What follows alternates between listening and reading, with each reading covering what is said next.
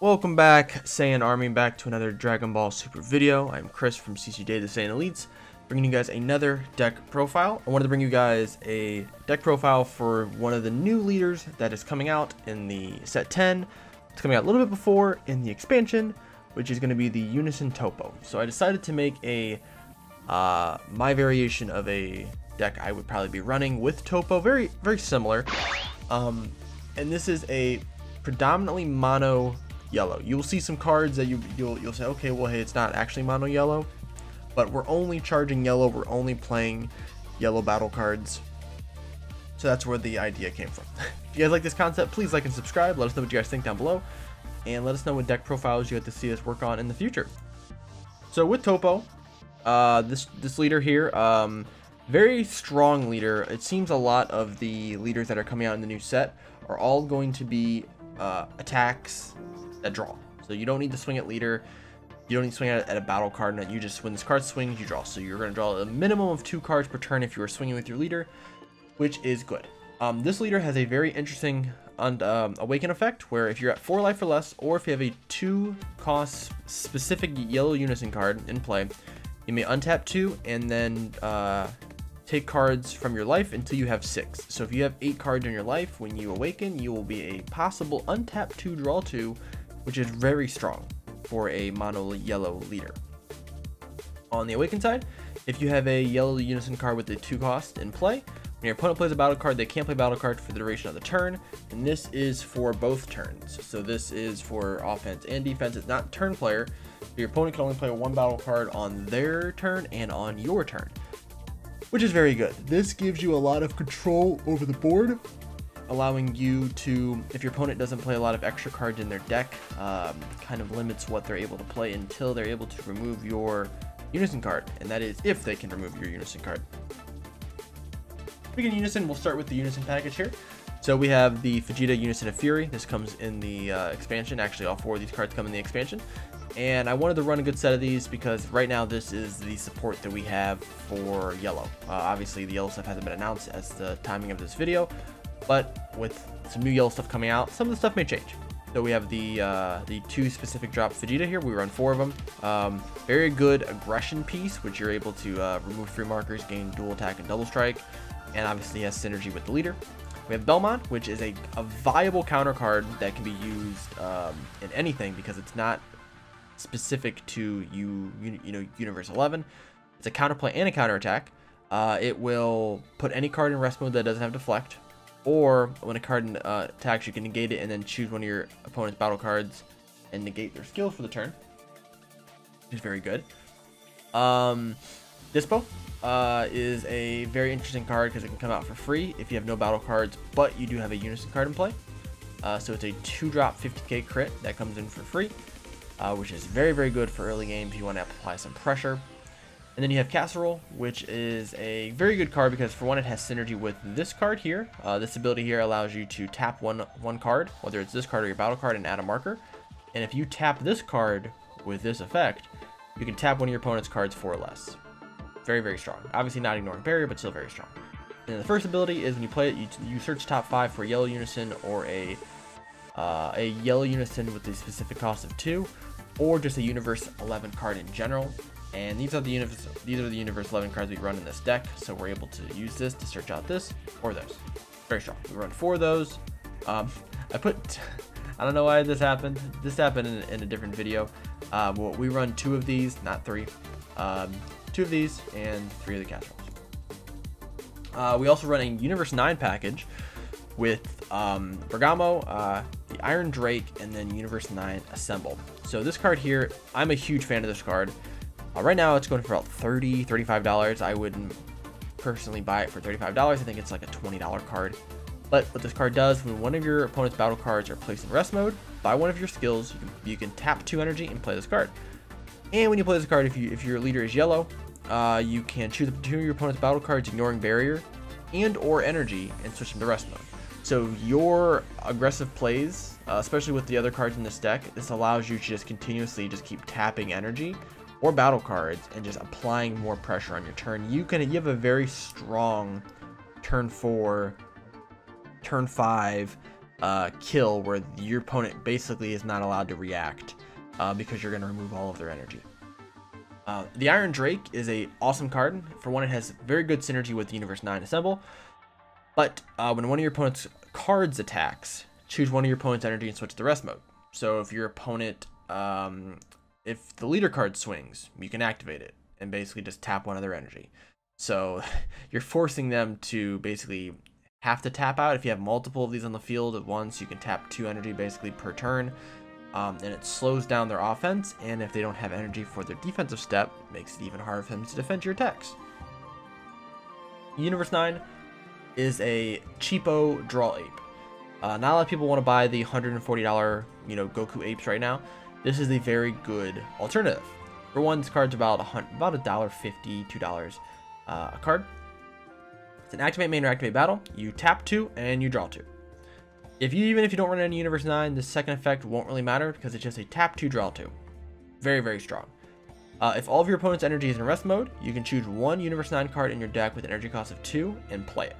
So if they tap out, let's say turn 2 to do something, we can play this card on our turn 2 or our turn 3 and basically bring this guy out for free, and then we draw 2. So it's a tap 2, summon a 2-drop, and then draw 2. Very, very strong card. I would recommend if you're playing yellow to put this in your deck regardless of what other cards you're running in there, just because it is a very good way to be able to draw. So we run 3 Bergamos, 3 of the Iron Drakes, and 4 of the Universe 9s. This is my no energy allowed package. So we run the Height of Mastery package. We run a very small package with 3 of the Path of Greatness, 3 of the Height of Mastery. Just very good cards. This is just a very good second option for game ending in this deck, just allowing you to tap more cards. Being able to draw off of this card, be able to tap a card. It just has a lot of versatility. Just a very, very good card still. Chilled the Cruel is a card that came out in Draft Box 4.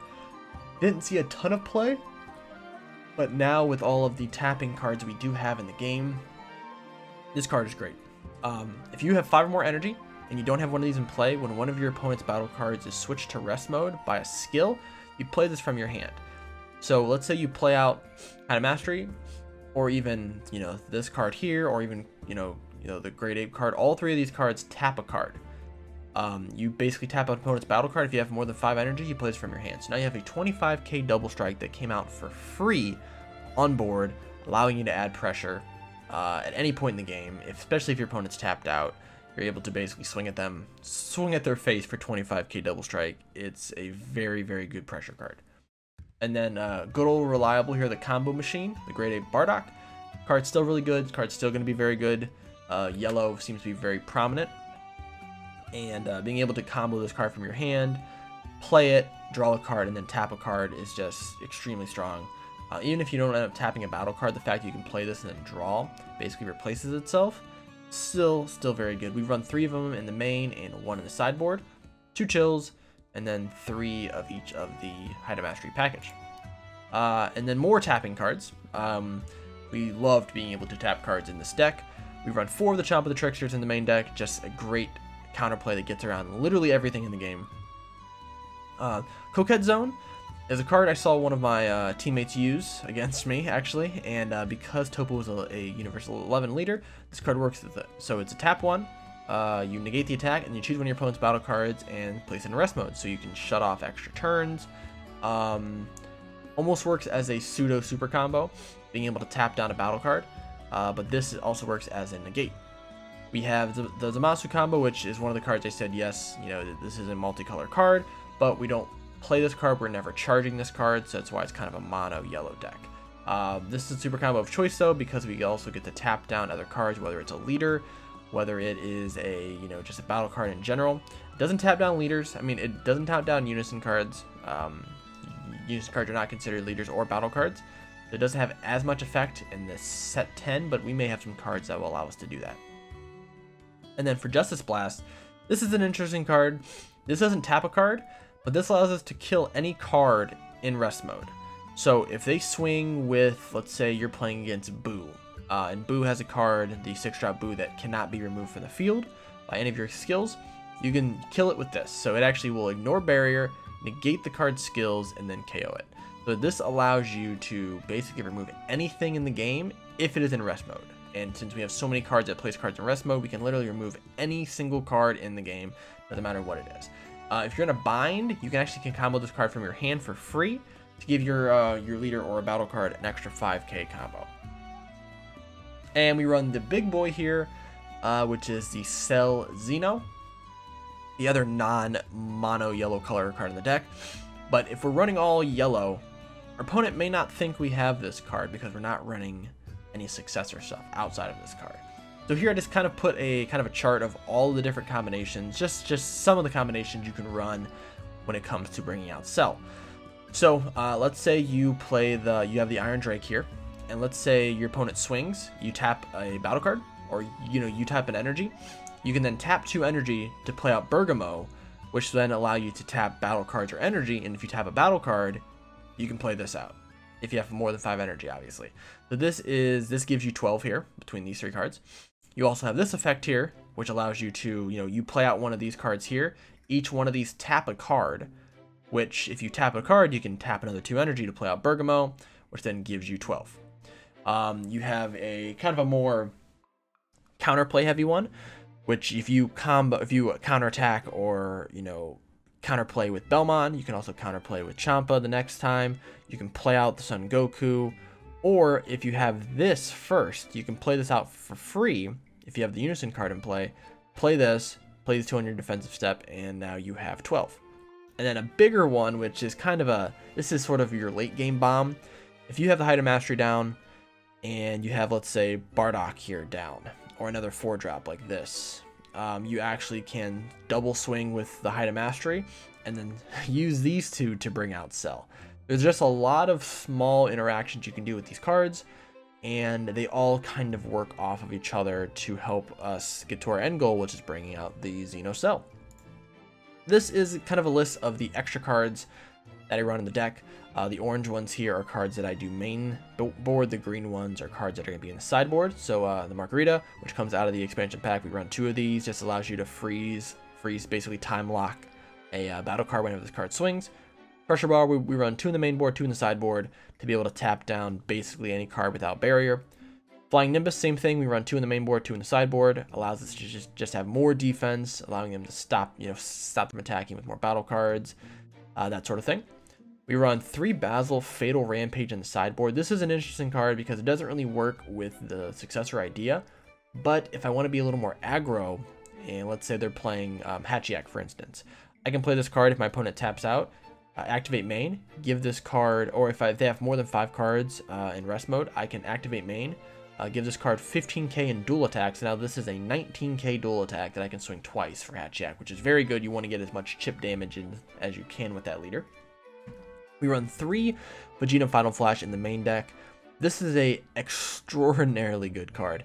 For one, it gives you 15k power boost, but also if all of your energy is yellow, you can choose one of your opponent's battle cards, ignoring barrier, and negate its skill. So if a card has quad strike, if a card has, if you're playing against the policeman, the 6-drop policeman who has like dual attack, crit, barrier, all that other kind of stuff, you can just play this, give yourself a 15k boost, and then negate his dual attack and all that other kind of stuff for the duration of the turn, which allows you to, if it is your turn, you can use this to swing. You can basically swing at your leader and then choose the Ketoplezla, remove its barrier, find a way to put it in rest mode, and then use Justice Flash to kill it. I know it's a lot of cards you're using to kill that card, but that's kind of what you have to do.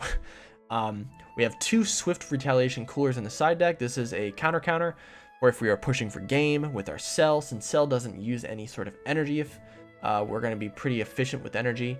Hopefully that turn, this will allow us to negate their negate, draw a card, play this 15k body, and then continue to swing with Cell. We have 3 Bojack Agent of Destruction in the side deck as well. This is another 3-drop that we can use for Cell's successors. But also, when we play this card, you can choose one of your opponent's battle cards with barrier, or just ignoring barrier, and place it in rest mode. So this will allow us to tap the Ketopezla. This will allow us to tap the Inspired Vegeta, the 3-drop Invoker Vegeta. This will allow us to tap basically any card we want in the entire game, and then we can use any of our cards here to remove it. And then we run 2 giant ball on the sideboard. I know this is a lot. We run 4 crusher balls and then 2 giant balls. This one is more so for playing against opponents who are not running a lot of barrier or a lot of deflect cards or a lot of barrier cards. We can sub out these 2 crusher balls in for these 2 because it does the same exact effect, but we have to choose it and allows us to draw a card. So this is my Toppo deck. Hopefully you guys enjoy this. Let me know what you guys think down in the comments, and let me know what deck profiles you like to see me work on in the future, and I'll see what I can do. But until then, I'll see you guys in the next video.